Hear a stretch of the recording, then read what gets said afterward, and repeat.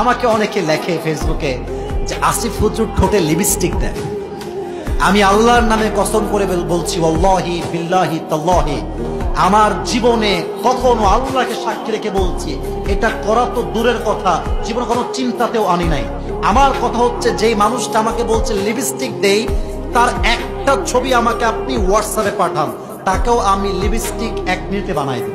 1 minute লাগবে, just একটা filter দিব, একটা ফিল্টার এনাফ। প্রিয় ভাইরা, আমরা ওয়াচ করি, মিডিয়ার ভাইরা রেকর্ড করে, এখানে 2-3 জনকে আমি চিনি, আদারওয়াইজ কাউকে আমি ডাকিও নাই, কাউকে আমি চিনিও না, ওয়াল্লাহি আল্লাহ কসম। কিন্তু ইউটিউবে যখন আপলোড হয় ভিডিওগুলো, অনেকে টিকটক চালায়, আমার কোনো টিকটক অ্যাকাউন্ট অফিসিয়াল নাই। আমি আল্লাহকে সাক্ষী রেখে বলছি, আমি কোনো টিকটকে নিজে ভিডিও আপলোড দেই না, অনেকে আমার ভিডিও আপলোড দেয়।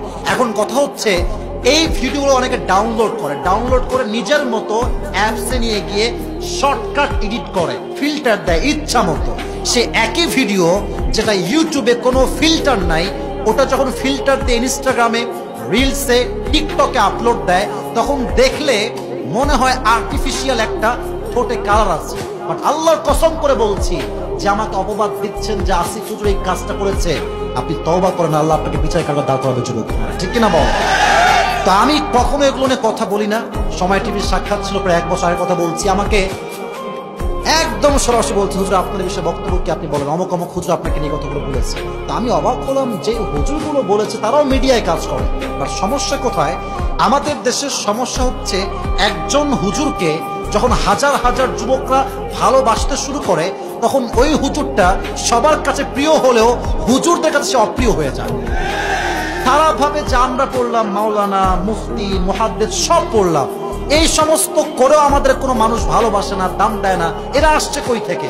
আমার উত্তর এখানে একটা কথা, ভাই আমিও আপনাকে ভালোবাসি, আল্লাহ আপনাকে ভালোবাসেন, বাট আল্লাহ সবার জন্য সবার হৃদয়ে ভালোবাসা দেয় না যুবক ভাইরা, এটা গড গিফটেড লাভ। অতএব মাথায় রাখবেন একটা কথা, আপনার এলাকার যত মানুষ আপনাকে আজ থেকে মিথ্যা অপবাদ দিবে, you don't need to explain anybody, কিচ্ছু বলবেন না। যদি আল্লাহ আপনাকে সঠিক বোঝে, দুনিয়ার কে কি বুঝলো খোদার কসম দেখার সময় আমার কাছে নাই যুবক ভাইরা, ঠিক কিনা বল?